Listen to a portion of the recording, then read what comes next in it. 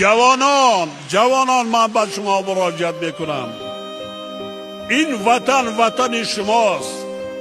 این سرزمین اجدادی از شماست. سرجم شوید، خوانید، علم آموزید، کسب آموزید، هنر آموزید، آینده وطن خود را شاهی بکنید، دیده سعادت جهان را.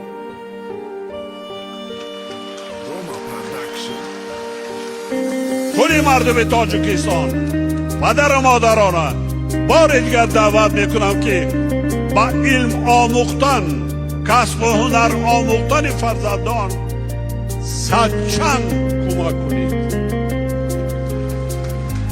صدچند در این جهان هزاره سه همون ملت ها، همون دولت های عمر و بسر برده میتوانند که اگر از لحاظ علمی و تکنولوژی